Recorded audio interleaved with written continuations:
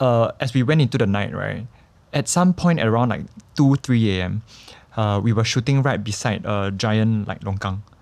And I suddenly felt very woozy, and then I fell. I fell straight into a longkang.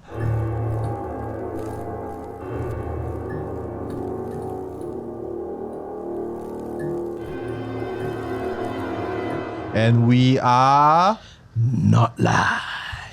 All right, you love saying it. I do. It's become a thing for me now. Yeah. All right, we're going to jump right into it right now. Because we don't have much time. We don't have much time, but we've got 3 special guests with us today. Very crowded. It's a very crowded table. I'm very happy Not that because we've of got ghosts. Hey, can you all move in a bit? What? Wait, who are you talking to? The people at this table. Anyway, keep going. The people or the people? Everyone. Everyone's welcome. You know there are many uninvited guests at this table. We're all inclusive. Yeah, sure. A little bit too inclusive sometimes. All right, so tonight we have 3 guests from the Singaporean sci-fi comedy film We Can Save the World. That's We Can Save the World with 3 exclamation marks. Yeah. You have to yell it out every time you mention the film, okay? Also, when you yell it out, then more people know about it, so it's all the better. Can we yell it out now? You can yell it out. Sure. 1, 2, 3. We can save the world! All right, our show's done. You got your call to action already. Sorry guys, if the audio clip a little bit, Just to give you a rough idea about what the film is about, it features Ryan, a government worker who's trying his best in his mind-numbing job, and he encounters a homeless man named Peng, who claims to be an alien and needs help to find his missing doomsday device in order to save the world. So let's jump right into it, and we're going to introduce each of our guests for this evening. First, we have the film's writer and director, Ching Chai Hong. Chai Hong is the co-founder of the collective Extraordinary Movie-Making Division. He's worked on both commercial and indie projects, including the very popular web comedy series Average Guys. Big fans. And served as creative manager for the social media page SGAG. Yeah! Creative. Nice. That's what you're going with? I don't know, just... Manager! It's a good battle cry. It is a good battle. It's a confusing battle cry. Hey, manager's worse. Okay, there you go. Next, we have Jun Vin Teo. Hi. Let me double check. Am I pronouncing it correct? Yes. Jun Vin Teo, right? Yes. Okay. Next, we have Jun Vin Teo, who plays Peng in We Can Save the World. In We Can Save the World! Jun's a bilingual Malaysian actor, singer, voice actor, and facilitator based in Malaysia and Singapore. He's played everything from Charlie Chu in Secondary the Musical, Daniel in Average Guys, and Titania Demetrius and Flute in Lim Kian Lee's staging of A Midsummer Night's Dream. Shout out Malaysia. Shout out to Malaysia! Malaysia boleh! Yeah!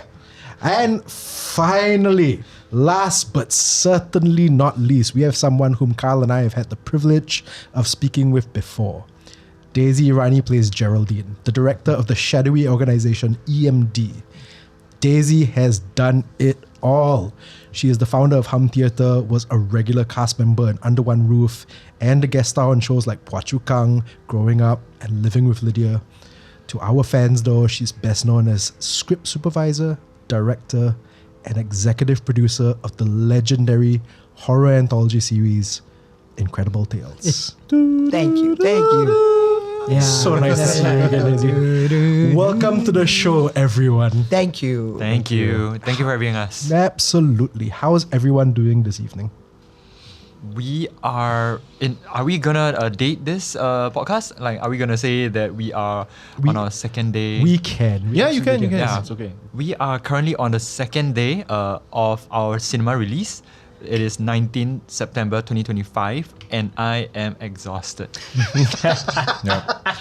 I love how you put the date to chart it as well. This is 19th September. I cannot sleep. Yes, it is 2 p.m. Don't ruin the magic too much. It is 2 p.m. and I am late for my next appointment. Hey, it's been pretty wild. We've been going to cinemas, doing surprise appearances, handling interviews and stuff, trying to push this movie forward because it's really been a community effort. Yes. Daisy, how are you feeling? Oh, I'm feeling good. Good. I didn't do this. I just went for the red carpet. Red carpet, Daisy! Yeah. And then we went to Vivo City. But I must say, I was pleasantly surprised, and because the shows were absolutely full. Yes. On the day we premiered, and it was just so overwhelming, especially because of the journey that this whole film has gone through, which Chai Hong will shed light on. But just looking at everybody's faces, the families wanting to be together, enjoy the film together, which they did. It just you just feel, thank you God that we made it all the way till here to a theatrical release in Singapore, and not just one theater. We had 3 theaters. So that was fabulous. It really was a testament to how crowded and how packed those premieres were. I saw you when you stood up at the end of the film, and I was thinking, I'm gonna go say hi to Daisy later on, and it was so crowded I could not find you after the film was done. So that's a testament to how, and everybody was outside and everybody was having such a good time and talking about the film, and I could not find you. Well, I thought you just wanted to stay away after you saw my performance, but then that's another story. It was very frightening, and we will get to that in a little bit very as fun, well. I feel like you weren't trying hard enough though To stay away from. to get to Daisy. I'm kidding. I'm kidding. Okay, you know what? I'm sorry. I went to take No. Nice. Chai Hong, you're absolutely right. The next time I go for a red carpet premiere and if I see Daisy, I am climbing over the people in front of me. And you should be Brilliant. pushing You're through absolutely people. correct. Bull, you see an old lady in a wheelchair, push her away. No, but you don't know. That might be me somewhere. Then if I'm in a wheelchair, I you feel like push me that. away. You be careful who you're pushing away, okay? Nowadays, it's like, Children, this is a joke. Please treat your seniors. Please, oh yeah. anything that comes out of my mouth from now on, please do not take it seriously. That's because he's exhausted and his brain is not in the right place. And he started trolling us when he reached the set also. No. You absolutely right. What I'll do is I will just push out of the way anybody with darker hair. Wow. Wow. Yeah. Yeah, quite inclusive. Yeah, that seems fair. So, but not inclusive of fashionable tie-ties. Oh, yeah. Yeah. Okay, You mean to say I'm not fashionable?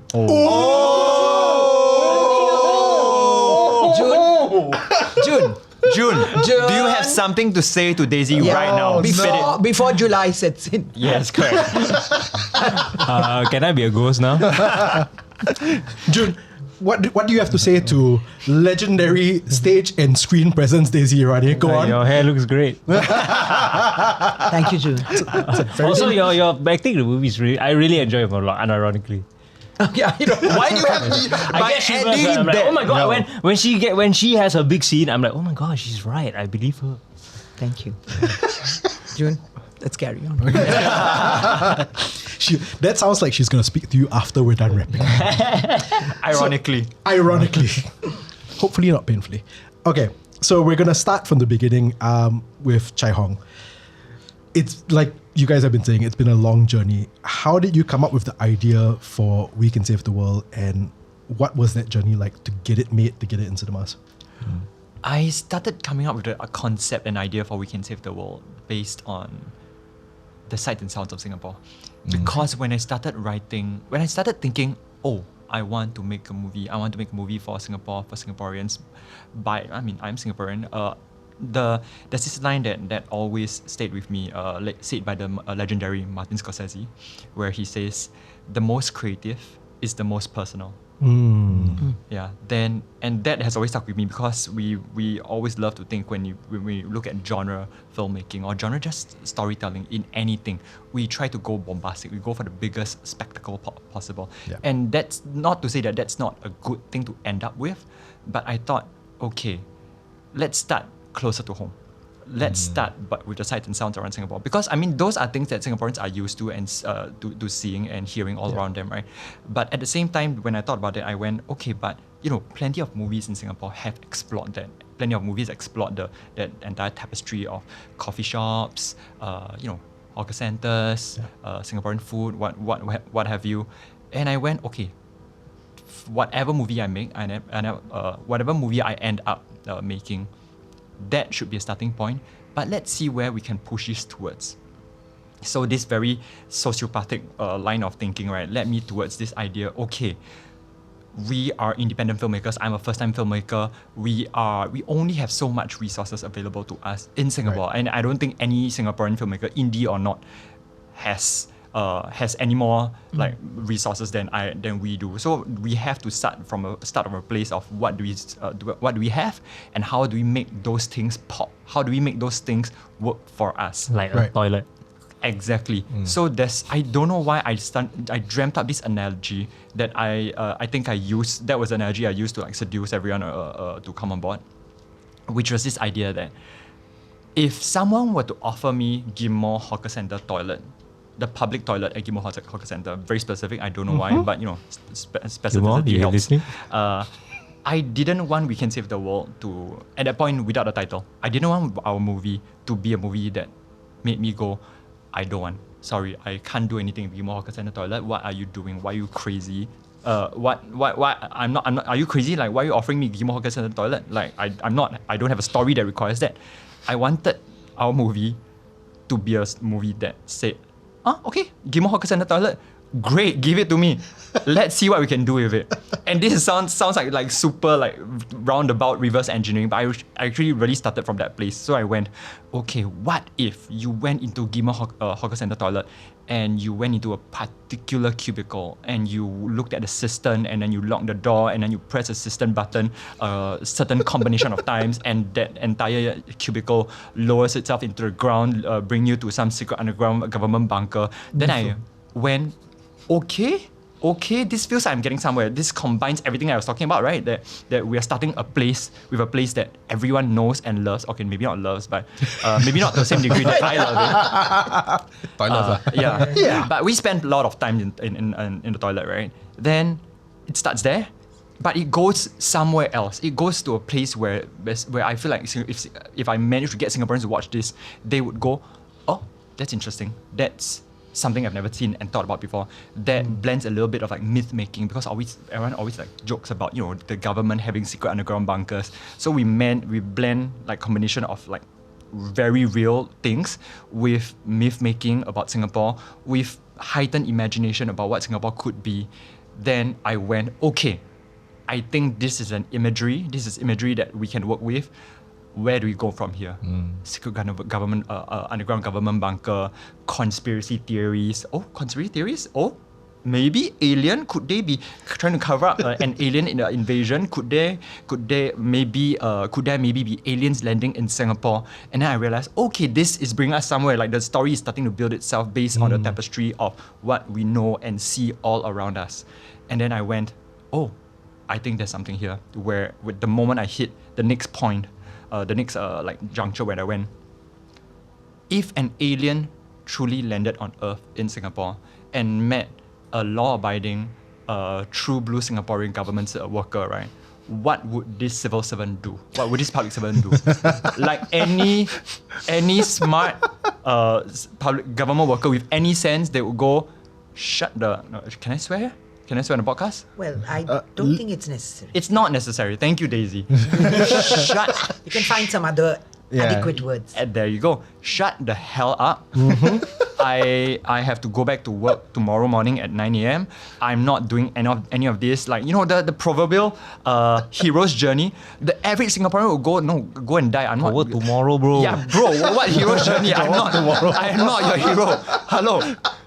This is, I'm OTing already. I'm not a hero, guys. So then I went, okay, this feels right. This feels like comedy. This feels like a fun little journey that feels like a Singaporean would be able to identify with. Then I would be able to identify with. So then I went, okay, these are the building blocks that I'm going with. Let's start telling the story. Yeah, there you go. Yeah. I have so many questions. If I whack the question, I tell you won't be able to make it for your next appointment. But I'm gonna keep it short lah. But and like, your time starts now. Do you believe in aliens? Do I believe in aliens? You made an alien movie lah. Come on. Do you believe in aliens? There's definitely aliens, guys. I think yes. That's definitely alien. Nah. But I also subscribe. But I also subscribe to the dark forest theory that, you know, that no alien civilization in their right mind would broadcast a signal to tell them they are here. Correct. Okay. Yeah. Okay. Except us. Hello. Yeah. Other than Earthlings. Have you heard our music? it was only Earthlings that did the stupid thing we broadcast. What was it? Elvis Presley or something like that, right? Then No, they had like a hard drive or something, right? They send it out. Yeah, Like, it was with like- everything with a photo as well. Yeah. then it's like one of those things where you send like a drunk text to an ex. Yeah. Then after the message sends, right? Then you go, wait. Was that the right thing to do? Then it was that was all the scientists on Earth, right? Just going, hey, wait, bring it back. Oh, send already. Jialat. Other civilizations like, oh, those monkeys are sending out their music again. We don't want to hear that. Right? So I guess we'll send our Tic Tac drone to go and see them. Did you say the Tic Tac drone? Yeah, you don't know the Tic Tac drone? Sorry. Yes, of course, Tic Tac drone. How silly of me not to think about Tic Tac drone. So for any of you who have not seen the film yet, and I know you are going to after this, because this interaction that you've just seen here between the three of them, Yeah, when dude. answering that first question, as somebody who has seen the film, it encapsulates the film perfectly. Yeah. The best way I can put it is heartfelt chaos. Yeah. And this is, when you're going to watch the movie, this is what you can kind of expect. I've got another word for that. Glorious chaos. Beautiful. Where, Yes. real creativity Exactly. comes through. So, Yeah. Yeah. so heartfelt, glorious. Yeah. Yeah. How about we throw in funny also, right? Oh, He's damn funny. So It in is- that structure, Yeah. like heartfelt, glorious, chaos, funny. Yeah, you can quote Yeah. us on that. I wish we were on the Blu-ray for Okay, this. when he was going on his tangent about the Gimmo toilet thing, right? Then I put two and two together. Okay, you have to watch the film. I don't want to review Yes. too much. But there was this particular scene, right? When I watched it, I was like, wow, sibei nonsense, eh. The director sibei nonsense, I think of this kind of thing, but like, fuck, it's damn brilliant, lah. Like I don't review, lah, but like, it has any authority figure reached out to you, say, hey, you don't like spill our secret, lah. This one. I mean, it's one of those things, right? Like, if the moment they reach out, they are admitting that it exists. Well, I don't know. So I don't think anyone Have ever you been reach out. compromised? Oh no, but I know for a fact. Oh no, can I say this? I don't know. But I know for a fact that this sort of like underground tunnels, Yeah. they definitely So you exist. can say, Yeah. Yeah. I mean, we Where, in Singapore? Yeah, for sure. okay. Yeah. We do horror content, Yeah. so there's a lot. You mean of, that's how you go through that in the Gimmo toilet? You go I mean, through the yeah. underground not tunnel? Gimmo lah. Yeah. but a lot of places in Singapore they are underground. Really? Yes, it's Bunkers. they're called MRTs. Wait, there That I really. Oh no, what are you going to say? She's gonna punch me after this. I don't know. I was gonna say like there are a lot of conspiracy theories that certain underground spaces that people cannot access. There's things there in Singapore, like abandoned buildings. There's one very famous hospital. Apparently, according to some paranormal researcher, they did say that there's certain things that down there. It could be military, it could be extraterrestrial. We don't know. No, but Yeah. I mean, because this has been around since the time of Incredible Tales. Yeah. So we also did our research. The point is, maybe they're just not allowing us to go there because the building is so abandoned that if you Yeah. go in there, it could be, quite risky for you. Yeah. But we were told we were not allowed to film. I mean, in that hospital, Yeah. whether it's HANTU, we don't know what it is. Yeah. But I don't. Well, for the next film, Chayong. Yeah. Yeah. Sequel. I feel like the more films I make, the less they're gonna let me go in. I don't think it goes the opposite direction. So horror comedy is the next sequel then lah. Yes, I want to do horror. I don't know whether it will be a horror comedy for sure, but I think both those two genres are essentially, two sides of the same coin, right? Yep. Yeah. Essentially, yeah. I mean, it was, what was it? Sam Raimi who said that when he did Evil Dead, it was blood in replacement for like pies in the face and stuff like that, right? Oh yeah. He was essentially doing yeah. a Three Stooges movie. Yeah. True. Have any of you all watched Three Stooges films? Yes. Good, nice to hear. I thought maybe I'm the only one who's watched Three Stooges. Daisy, I'm quite sure we're the only ones at this table who've watched Three Stooges. But I'm not even going to get into Marx Brothers. That might be- I used to love. I know. Yes. Yeah. So, okay. Now that we've talked a bit Chai Hong, June, Ping is hilarious. Yeah. Thanks. You did it's such a great character to watch. The physical gags and the facial expressions alone, like at the screening I was at, those were some of the loudest laughs I heard, honestly, at that screening. But I think the thing I love most about him is that he's also a very sympathetic character. Like, how do you balance that? Like the funny, we talked about heartfelt before, but like the funny and the heartfelt, how do you balance that as an actor? That's a great question. I think it's not. It was really easy to balance it because there's no balancing. It's kind of the same thing for me. Is that the comedy comes from this really sincere place of like how he sees the world and like and the pure wonder that he receives things, and the comedy also comes from that. So I think the more I play the truth, actually, the more funny it is, and I think Chai Hong can agree with this as well because comedy is. He will say that comedy is about truth. Yeah. It's about revealing the truth. Yeah. Yeah. Oh, yeah, we can definitely see it in there as well. Like, I mean, Chai Hong, for you as well, when you were writing these characters, like, you know, was this all in the top of your mind as well, that you didn't want to just go with stereotypical, like, you know, just purely slapstick kind of characters? You wanted well-rounded characters that happen to be, you know, hilarious. I think when I thought about constructing the characters, I think it started from a place of like themes, right? And the theme of the movie really always revolved around, I mean, there's several themes that hover around the movie, right? But one of the themes really was about friendship. It was about people who badly want connection in one form or another, and are lacking that sort of connection in your own lives for different reasons, right? And coming together and realizing that, actually, like building those connections with one another is what saves them. Then, so with that as a starting point, I really then started thinking, okay, with Ryan, what is he lacking? Why is he lacking in friends? With Ping, what is he lacking? Why is he lacking in friends? And then figuring out, okay, how do all these 4 different characters like differ from each other in terms of their coming from their places of lack, and then that would then inform how they then connect with each other, which very naturally once I built that bits of foundation, right, they turned into people themselves. But of course, at the end of the day, right, they're already just words on the page. At the end of the day, it really were the actors. Noah, Junvin, Xuan, Fauzi, Daisy, all of them who brought the characters to life. Like the writing only goes a certain way, to be honest. I mean, this question could be for both of y'all as well. Like, what was that collaborative process like with Chai Hong as actors bringing the characters to life?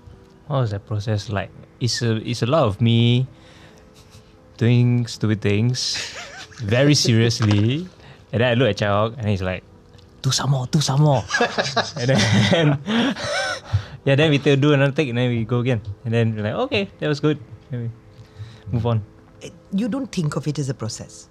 These things just happen naturally. I think most importantly is that you have some kind of connection with your director. And that is very important, because if there's something that you're uncomfortable with, or there's something that you want to suggest, and so there is a lot of give and take. And that comfort, I think, is very important for you to give your best. And more importantly, faith. Because he's the one who is looking at the monitor. I have no clue what you're doing. And you know, sometimes you try too hard, that isn't even good. You don't, it's that balance like you were talking about. And then you have this one person who's looking at the monitor. And then when that person says, okay, move on, you just have to have faith and say, okay, he's seen the best that I could do. And for that, I think that is a very important part of when we are there as actors. Faith, confidence in your director, knowing that he has the courage. Because sometimes you think you come on the stage, on the film set, I was so inspired because you have this really vibrant, young, fearless group. Look at the cast and the crew compared to where, So when I enter inside and you look around and you think, oh my God, will Chai Hong be able to take me to that place where I don't look stupid, or I don't look something that the audience might think, why is Daisy doing this? And that's so important. So once you have that faith, when you talk, and he was very, very, very, very respectful, and he used to say, are you okay with this? Are there any lines that you want to change? Would you like to add anything? And so that builds such a nice camaraderie as well. So thank you for that. That is really nice to hear. That is really nice to hear. Yeah, she's never said this to me to my face before. But now that the film is released, I was about to say, the film's wrapped, so it's okay. And they like me. So then I'm like, okay, I can say. If not, I might have to have another interview with Kyle in a different place. You were just waiting until the promotion started, right? After the red carpet, everything was all good. Yeah, these compliments were a HANTU special. Probably sponsored by HANTU. Yeah, by HANTU. Yes, by HANTU. Sure, I'll take it. While we're talking about that, Daisy, I think it's fair to say that you delivered the most dramatic performance of the whole film. I wasn't kidding when I was watching it. I was genuinely frightened. I was like, this is not the Daisy I remember talking to. Oh my God. Yeah. It's a sign of you that I think many Singaporeans who only know you from television aren't familiar with. Like they might not have seen the very dramatic turn, and it's a wonderful performance for a dramatic turn. Thank you.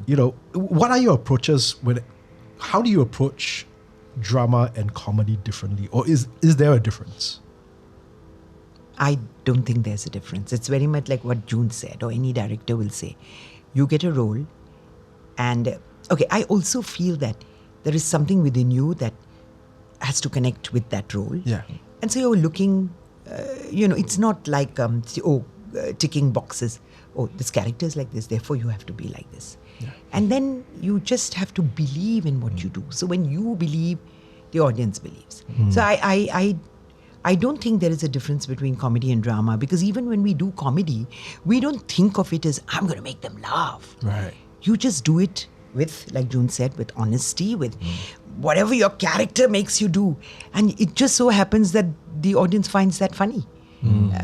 So yeah, I think it's about being honest. I agree 100% because you sold me. Your character sold me. I because there's kind of like a discourse in like throughout halfway of the film. Like you're either on the government side or you're on like the main protagonist side. So I was on your side. I was like, actually, we should be a bit more, That's like, she sold me. I was like, okay. I agree with her.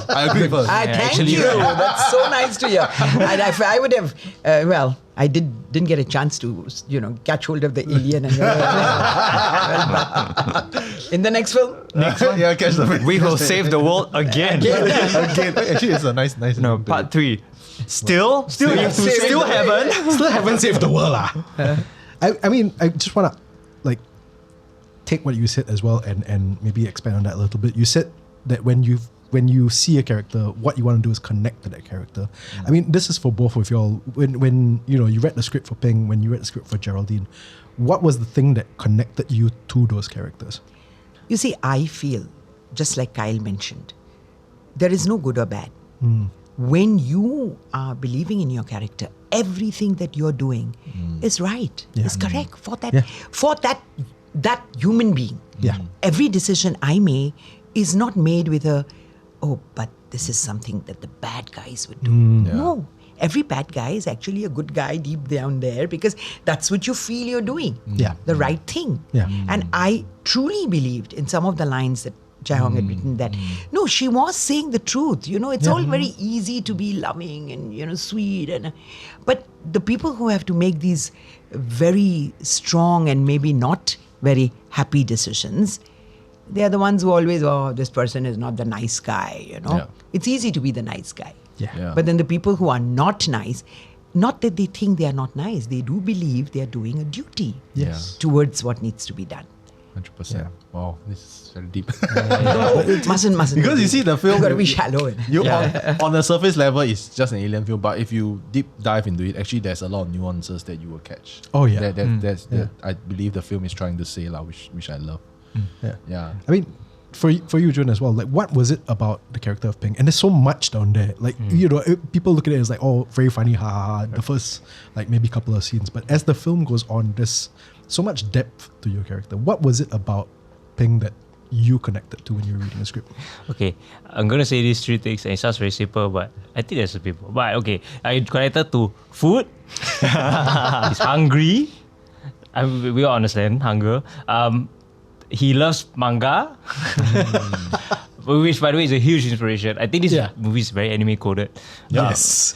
Friendship, saving the world, and really never giving up, believing in each other. Power of friendship. And I grew up on manga as well, so I really love those things. And the last thing is friends. Because I'm an introvert myself. and I don't have that many. I mean, I have a lot of friends, but to connect with someone and to spend time with people, that's very special to me. Yeah. So and like having especially this cast, they're all people that I've worked with before. I mean, if those I haven't worked with, they're all really lovely people. That's me. And so it was made easier in that sense to look at these people and like they're all quirky, lovely, wonderful, weird people who are all fighting like their own, championing their own battles. And so for me, it was really inspiring, really easy to go like, oh wow, these people, I actually don't need to just rely on myself. I can count on these people next to me. That's wonderful, man. Yeah. Amazing. Okay, moving on to what you guys have been waiting for. We are a horror channel. Of course, we have to talk about ghost stories, right? Okay. All right. So the film has a lot of scenes that are shot at night, and there's a few scenes that were shot in the cemetery and abandoned looking location. I hope you all got clearance. But we did. Yeah. Very fast. so, and I We were heard very through the hard to get producers clearance. that y'all got a few creepy incidents. Could you share them with us? So one, I think the biggest, I don't know. Okay, so the one that happened to me was we were shooting at this Singapore Land Authority SLA location, where there are people have had encounters at that location. So just to be clear, I'm not a superstitious person. In fact, if you were a superstitious person, you would not want me by your side because I am that annoying friend who just cracks jokes, is a complete skeptic, and you will tell me to please shut the hell up. So So this is a abandoned building. yes, abandoned building. It used to be a radio station. It's an abandoned radio station. Okay. The floors are all taken out. Yeah. It's like quite bare. It's stripped. It's kind of stripped bare. It's Yeah. like old. There's no door frames anymore. Yeah. I believe it's an old BBC Lim Chu Kang, broadcast. Yes. Lim Chu Kang, that Okay. one, Lim Chu Kang, Kranji, that area. yeah, okay. The very first day that we were shooting there, so a lot of nights there, essentially. Like we spent like 4 or 5 shooting days there, essentially. So our very first night there, we were supposed to, as per shooting tradition, burn a little bit of incense, do a little bit of thank the spirits around there, ask for their forgiveness, and me being an idiot, I was like, I would go along with it, but I'm not about to let this go without saying something stupid. Oh, okay. This man. Go on. So while everyone was like lining up, queuing up to offer prayers, right? I just casually remarked, you want to be funny? If I just refuse to do this, and at the end of the day, like the spirits actually weren't targeting me to begin with, right? They're like, okay lah, looks like we found our target, no choice lah. Wow. It's like by process of elimination, they had to go for me, right? Like Right. if I didn't pray, then I think Let me add some additional brief before you go into the meat.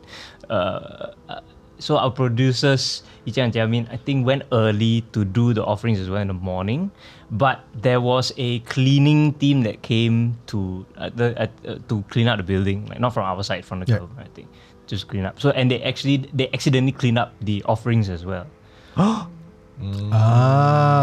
So then of course our producers realized, and then they did again, but not the full offerings. Right. So continue. Yeah. So because of that, after that I still lined up and did the little prayer thingy. But after that, as we went into the night, right, at some point around like 2-3 a.m., we were shooting right beside a giant like longkang, and I suddenly felt very woozy, and then I fell straight into a longkang. Ooh. And then I tore all the skin off like my thigh, the outside of my thigh. Your pants were not torn, right? Yeah, my pants were not torn. Lululemon, so great. Like Lululemon. Future sponsor. Yeah. Future sponsor for a future movie. Yeah, shout out to Lululemon. Yeah. Yeah. So everyone couldn't, because the pants weren't torn very badly. No one could tell that how badly I was hurt. But I was limping along all the way until they forced me to sit down and strip off my pants and saw that all the skin was torn off. Yeah. Then at that point, my dumbass still thought, no, I'm probably just tired. Like this is like we have spent quite a few days shooting. I'm tired. Like nothing supernatural going on. Then, but everyone I didn't notice at the point, but everyone was giving each other weird looks. But everyone decided to shut up about it all the way until we left the location. Then as we left, Itia, I think either my producer Itia or Jiamin turned to me and went, Chang, do you remember what you said this morning? Then I went, oh, right. Yeah. I might have screwed up a bit there. And then did you go back and say anything again?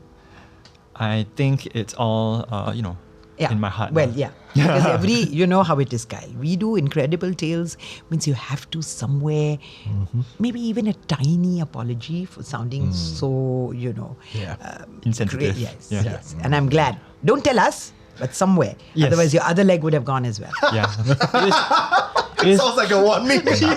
Oh my It's really dramatic. after so many episodes, Yeah. you know. Yeah, we know. I was very sheltered from all of this because I think everyone was like, okay, at least if we experience, the cast don't experience, then they can continue acting. Because I'm just like waiting in the chair, and we have to set up the toilets at like either like behind the building or all the way down the road at the entrance. And later I found out it's because some people refuse to set up the toilet inside the building for respect. But basically, like every time we go to the toilet, the crew is like, okay, someone will go with you. Then I'm like, why? I can go to the toilet myself. What? Okay, I guess it's very dark, so Safety reasons. yeah, for safety reasons. I go very happily the whole time we're shooting. But later I hear the stories of what is it? Okay, But I know that the sound team were hearing like children on the It's the same location. calls. Yeah. Oh my God. Yeah, a lot of the film was filmed there. I mean, a major part of the film. And also, actually one of the rooms, I think the office where we set up all the tables in the movie, that room the room past it, I forgot who exactly it was, but I think maybe it's Jamin who was like, it's a bit weird. Like there's one corner of the room that is like feels a bit weird. But she really shut up, she don't say to anybody. Then after the shoot, she was talking, everybody sharing the story, feeling safe. And then another person, I forgot who it was, said, yeah, I also felt that corner caught something. Yeah, someone said that very corner, there was a window that we weren't using. They saw someone looking in, which was not possible because that was the only people there were us. Right. Yeah, that there were figures, like there was a figure looking in. Then you know the funny part is, How is that funny? I mean it's funny. That's why you kena. Yeah. Okay. The thing is, I'm honestly, you can tell I'm fairly oblivious to all this shit stuff, right? For now lah. Yeah, for now. So what happened was that while everyone was telling each other not to do things, right? But because I'm the director, usually they'll leave me to my own devices, and when I'm Right. thinking, I don't really listen to other people as well. Like not because but I'm just very one-track mind about it. Yeah. So if I'm walking around the space, they were actually all of them were under strict instructions that the moment night fell, do not go anywhere alone. Yeah. Walk in pairs at all But you times. go alone lah. I clearly did not get the memo. Yeah. I was wandering through the entire place, walking alone through the all the places where they moved the equipment out already because they were setting up in an entire area. I was like thinking to myself, okay, finally, some peace and quiet. Let me walk through the darker spaces myself to settle myself. So I just walked through the darker, all those spaces that everyone was talking about. I just walked through everything. And now I'm thinking back, the spirits were probably thinking, this guy is a dumbass. This guy It's so stupid. is so stupid. This guy does not get any of our warnings. So at some point, they probably gave up. Yep. Yeah. Maybe lah. Yeah. Oh, I also remember. Okay, one more. Yeah, please. Oh, so the story about Russell. Go ahead. So Russell's our director of photography, and so you know how June was speaking about the toilet being placed very far away from Yes. the premises, right? Yep. That very far, it wasn't that far, to be honest. It was like maybe 200 or 100 meters away. Right. But at one point at night, he walked by himself because he was tired as well. He didn't look for a partner to go to the toilet. And as he was walking, he felt like that road was like stretching. Like he described it as like the road stretching. It felt like, because you can see the lights of toilet in the distance, it felt like for ages he couldn't reach the toilet. This from Jujutsu Kaisen eh. Wow, The HANTU is infinite very corridor- anime the infinite coded. corridor curse, yeah. Mugen. Domain expansion. Yeah, so that's the Russell story. Wow. Yeah. My So- mom, So did you experience anything? I thankfully did not experience anything. I think it's because I'm very respectful of spaces. That's Was, good. was I that think- was that some? Are you attacking me? Yeah. It's your fault. It's 100% your fault. So my last story is I just remembered is from the crew also. It's from the props team. Or lighting, I think. Because they got a call to like bring some, I think, lighting of props to a certain place. So they brought it there, and then the crew that was there was like, no, we didn't call you. Yes, I heard about this. So they were receiving calls on the walkie that nobody ever called for. Yeah, but those were the aliens. I mean, The fact that we were working with alien film. Yeah, Yeah. and we were at the Maybe. BBC broadcasting maybe, station. Maybe there were some signals. so yeah, I mean, the tinfoil hat on, right? Like you're making a film about aliens, and that place is near to Lim Chu Kang Cemetery, which is the largest cemetery in Singapore, and it used to be a BBC relay transmission station, which can get signal and I think there's still some around the area. So I'm not surprised if you captured something. Like, you're going to look at your rushes. Like maybe you capture something like at the corner. Yeah. You see, that radio station, just to add, was very active during when the British had occupied Yes. Singapore. So it is one of those oldest. And if you look at it, I mean, I was looking at the hall, like you say, it's empty, right? Where we had the offices. But if you think of it visually, that would have been the place where all these ladies would have been sitting. Right. Taking phone calls. Yeah, Because yeah. in those days we used to have the headset and, Yeah. Yeah.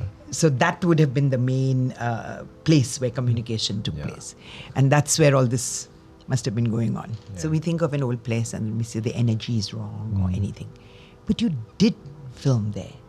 And it did work out so well. Yeah. And I So loved it. So I also believe sometimes, like we used to have that episode in Incredible Tales, where sometimes you think the spirits, they enjoy it. Yep. They are watching and they are looking. Imagine so much activity going on after so many years of sitting over there with nothing happening. And then they're enjoying themselves. And, and maybe that's a kind of blessing. Yep. And you've come far because somehow it's not that they're always bad or evil or they're Yeah. going to do something to you. Maybe they just had a damn good time thinking, Chai Hong, when are you coming back again? Right? Thanks, Daisy, I guess. I totally agree with You, this. they might be watching this right now, and you just said on air just now that you want to do a horror film. So Yeah. You might actually manifest it. So, yeah. I think if I said I want to make a horror film and I told them my first choice location is back there, I think my producers might quit. no lah. Or you might get financing immediately. I know a master. I can settle for you, one.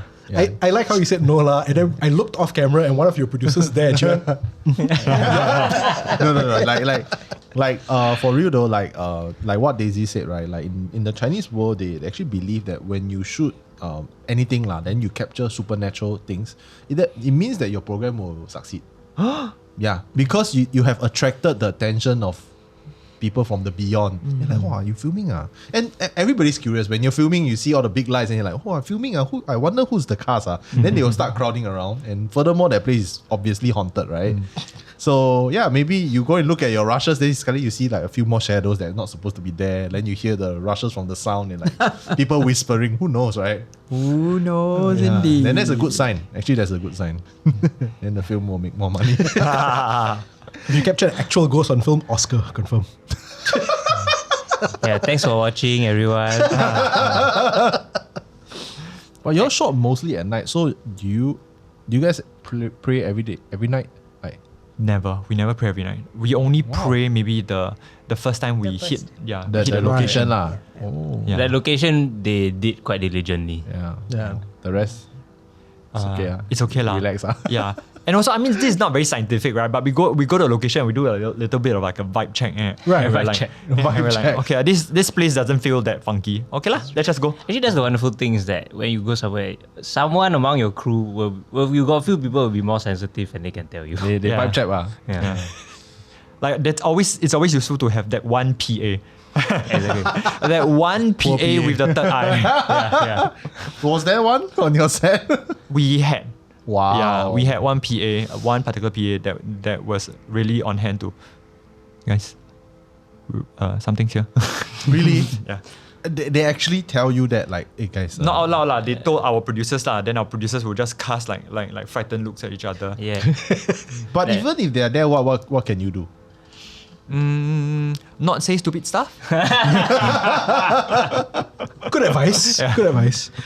For those of y'all who don't know, like film terminology, PA in this instance stands for paranormal assistant. Production assistant. Production assistant. Yeah. I'm just gonna leave them to figure it out themselves. Yeah. Oh, it's okay. Our audience is Google. They'll be fine. Yeah. So Daisy, did you feel at any point during the filming, did you like, brings me back to Incredible Tales time. Creepy. I hate to let you all down. Because I know this is a HANTU channel, but no, I think I've had my share after doing all those episodes. You know, so I know. I think there's a connection now that, okay, this woman has been doing this for too long. Leave her alone. The respect is there really. Let the young ones Like she's go a through veteran. all this. Yeah, now she's done all. And exactly like the prayers, every location you go to, you're like, please, we are just doing our work. Don't do anything. Please, we love you. No. You know, after doing all that, no. I was safe, I was happy. Very good. Yeah. very The good. spirits are like, this lady has a stink of experience here on her. Yeah, we know her. We've been there. Yeah. You can imagine all the spirits going, hey, it's Daisy. Oh, okay, shh, let her work. Old friend. Yeah, let her work. She knows what she's doing. But was this the first time that you actually experienced something supernatural on set? Yes. It actually affected you, right? You got injured. Yeah, I got injured. I think for the most part, I mean, I've gotten this far not really thinking about it or believing in it because nothing has ever really happened to me, right? But to be honest, outside of filmmaking, I have felt this kind of thing before, and I don't know whether I just cover it as how to. So when in the army, I was a dog handler. Sure, NS one. Yeah. So I was in the dog unit as a dog unit sergeant lah. So when we are on duty overnight, right? I was working in the headquarters, so we have a lot of dogs in the headquarters, and sometimes when the dogs are particularly like sick or ill, we have to, whoever's on duty, right, needs to maybe like give the dog medication once every hour sometimes. Right. So means if you're on duty and there's a dog that requires it, you have to wake up 2 a.m., 3 a.m., 4 a.m., 5 a.m. to keep giving medicine. And it's not a small place, and there are a lot of locks there to prevent the dogs from escaping. So one fine night, I went out to do my rounds, and I was going past. After finishing the medication for one of the dogs, I walked past the kennel for my own dog because we all have our own assigned dogs. Right. So I went to my own dog, and my dog came up to the front of the kennel because he sniffed me, right? And I went to say hi, scratch the dog's chin, whatever. Suddenly the dog started growling, and that dog never growls. The dog started growling at something behind me. Like, I got goosebumps. so I just went cold, I swear. And this is the first time it has ever happened to me. I went cold, and I was debating. I have two options: either open a kennel, run into the kennel, and stay in the kennel for the rest of the night, Safety of the dogs. or escape, run all the way out of the HQ, and of course, run all the way out of the HQ lah. So I thought, okay, going into a kennel doesn't make sense because that makes me trapped in there. And I don't know whether my dog is capable of doing anything to help me. So I went, okay, option B. Let's go. The moment I said let's go, right, in my head, I really like a gun went off. I ran in flip-flops. And because remember at the start of the story, right, there are locked gates at every juncture to prevent the dogs from coming out. So every juncture, there are like 4 junctures here. I ran to every gate, unlock. Click, click, click, click, click, click, click. Don't look up. Okay, unlock. Then I have to turn around because I'm a man of duty. I still locked it. I turn around, I closed it without looking up. Lock, run. And so I had to do this 4 times in a row. Then by the 3rd time, I was laughing at myself because this is dumb. This is stupid. But I have to do this. Run. Wow. I feel like we might have gotten a preview of this hypothetical horror movie that you're going to make. Yeah, actually, yeah. But what made you feel that you were in danger? Because you just hear the ground only, or you didn't see or feel anything, right? My hair stood. Your hair stood. My the hair moment stood. the dog growled lah. Yeah. Wow. Because I mean my dog never growls. My dog never growls at anyone. And the worst part is it was growling, but it was clearly not anything I did. It was like looking past me. Can I just add to Yes, that? yes, please. Because in certain religions Yes. and in history, certain civilizations, they do believe that the dog can see. Yep. So let's say there are certain rites where the person has passed away and the deceased is lying there. Usually before the funeral rites completely end, they take the dog on leash and they take the dog around there, and if there is anything, or if the soul of the deceased itself has not left, then the dog will growl. And they believe that the dog has got that sense to see and to feel. Yeah. And that's why they have that low growl, and it's prevalent even today. Yeah. Yeah. I agree. So Well, but- you were right to run. But thank you for your service. The dog kennel. Oh my! I can only imagine. You can imagine like you're the only one, and there's like rows and rows of kennels, Yes, there are like 5 rows of kennels there. and you were wearing like not great footwear for running. Yeah. In one slip, that's it, bro. Yeah. That's it. Like if you're outside, right, you just hear me swearing and just swear, clang, clang, clang, clang, swear. So Chai Hong, my question to you would be, what did you do the next day when you went to Yeah. get your dog? Oh my god. Did you go inside or you just decided? I went That's inside. it. End of NS for me. No. I went inside because it was a good dog. Like I love that dog. Wow. Yeah. So you went in and you did manage to get that dog out. And Yeah. So you never went back in the night again. I can't remember, but I believe shortly after that, the duties turned into 2 men duties. So he was, Something That happened. would be Let's say somebody actually experienced it as well. Yeah. And then they went out and it's like, I don't think we can do this alone. This is So too we go scary. ahead This is to- too scary. In twos. It's too scary. Can you Yeah. imagine your dog would have been so confused. It's like, come in. Then he run away. And then the dog's like, what? Well, leave me here with. The dog just going, Chai Hong, why? Why? Nice. I thought you're my owner. Okay, so one last story lah. Jun, do you have any other experiences or like stories that you hear on sets or like in your line of work lah? No, I would say that I'm very lucky, I guess. I don't see things. But also it comes from I think my godmother. I had an Indian godmother who's really spiritual. She prays every day. Very devout Hindu. And she has seen things before. I remember this story. She was just waiting in a car near the hospital, and she felt a presence like in her car, in like the back seat.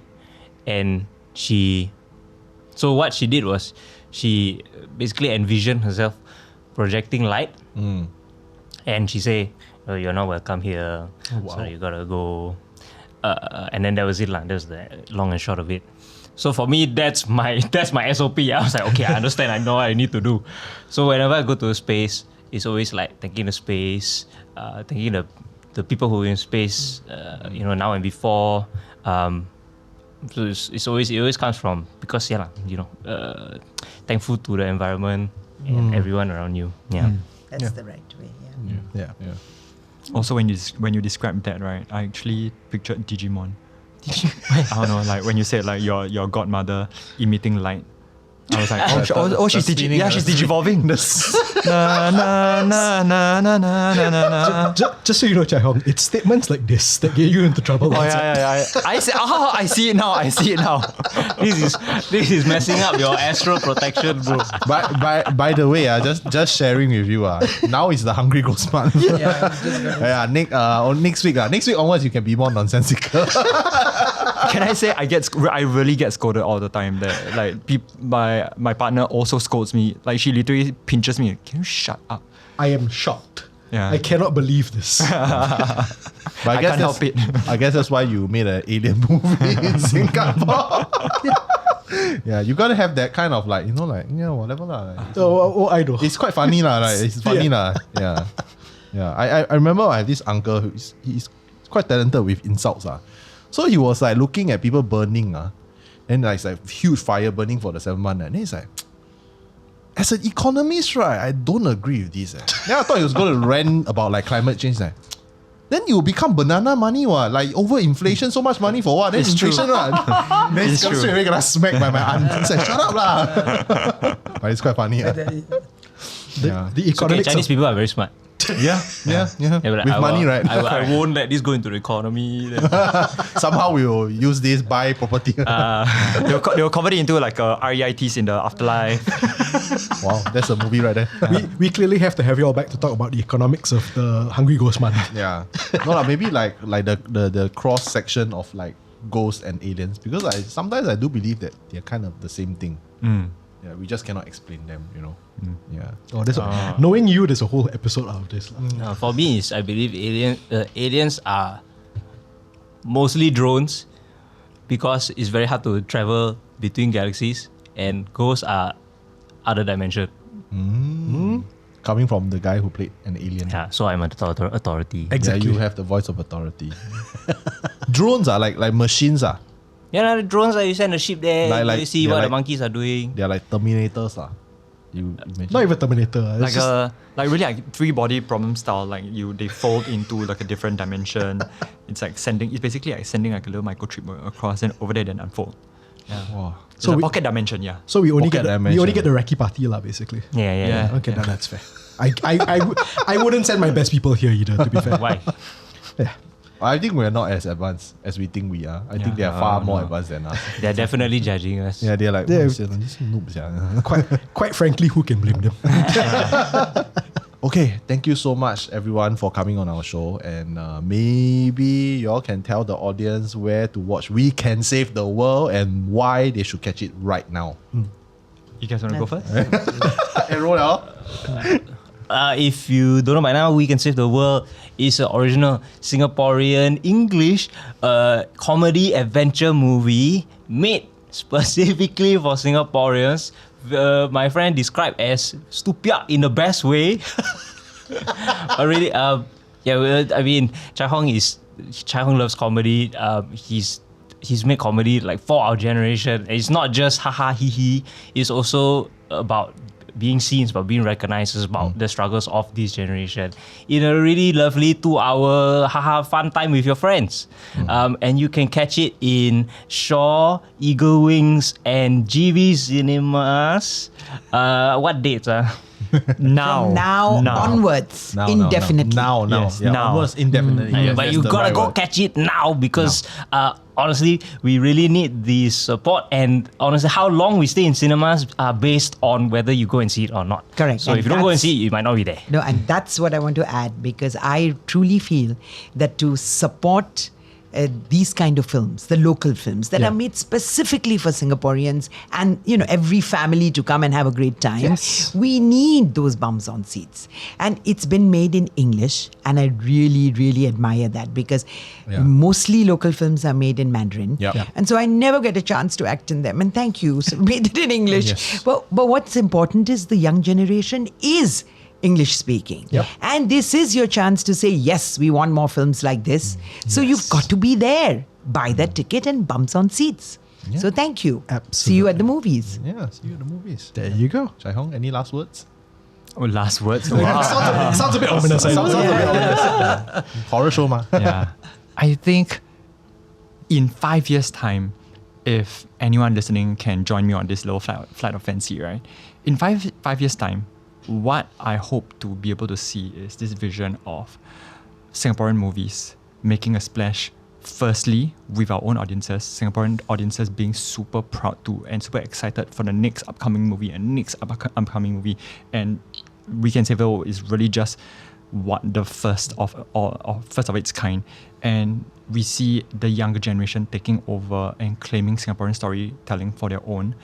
And then after that, we start taking over the world, becoming like South Korea. We export our stories. Right. But of course, the first thing is we have to be proud of our own stories. We want to celebrate our own stories. We want to push our own stories to become amazing and become better and become world class And own them. Own them. They yes. should feel proud because, there'll be long queues. Everybody's waiting for popcorn. And then they go off and watch a Bollywood film or a Hollywood film or a Demon Slayer or something. Marvel. You just need them to understand that that's what we need for us as well.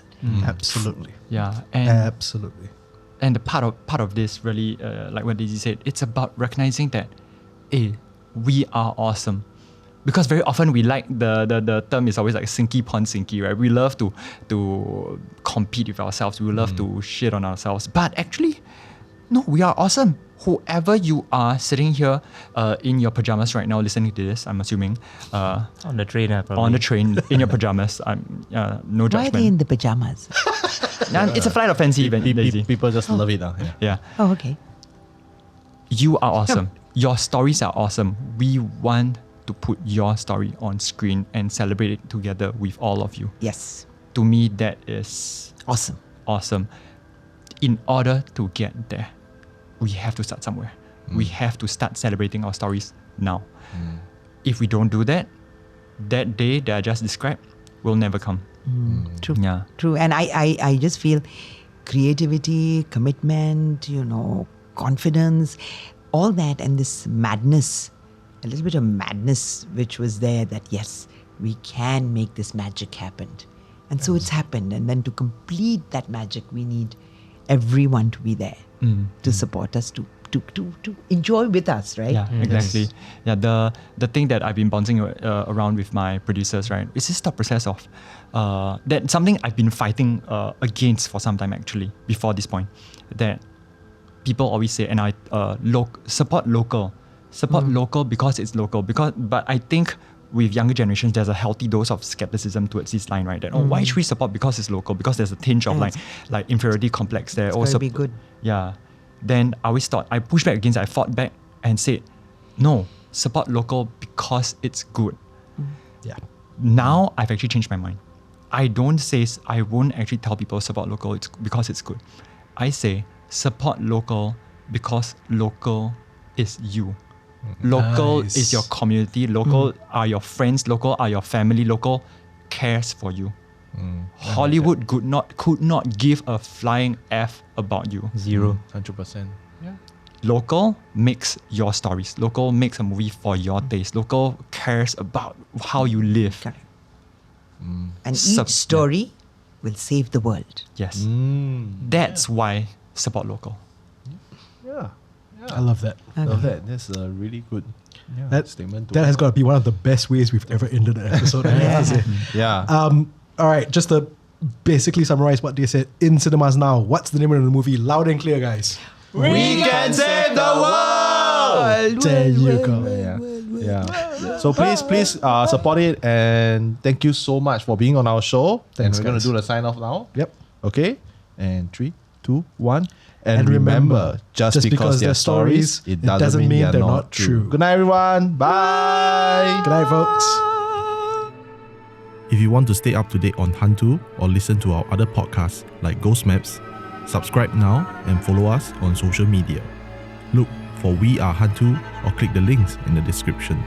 You can also be one of our supporters on Patreon. Dead Air is a HANTU production, hosted by Kyle Ong and Wayne Ray, with album art by Jolene Lim, and recorded on Audio Technica mics.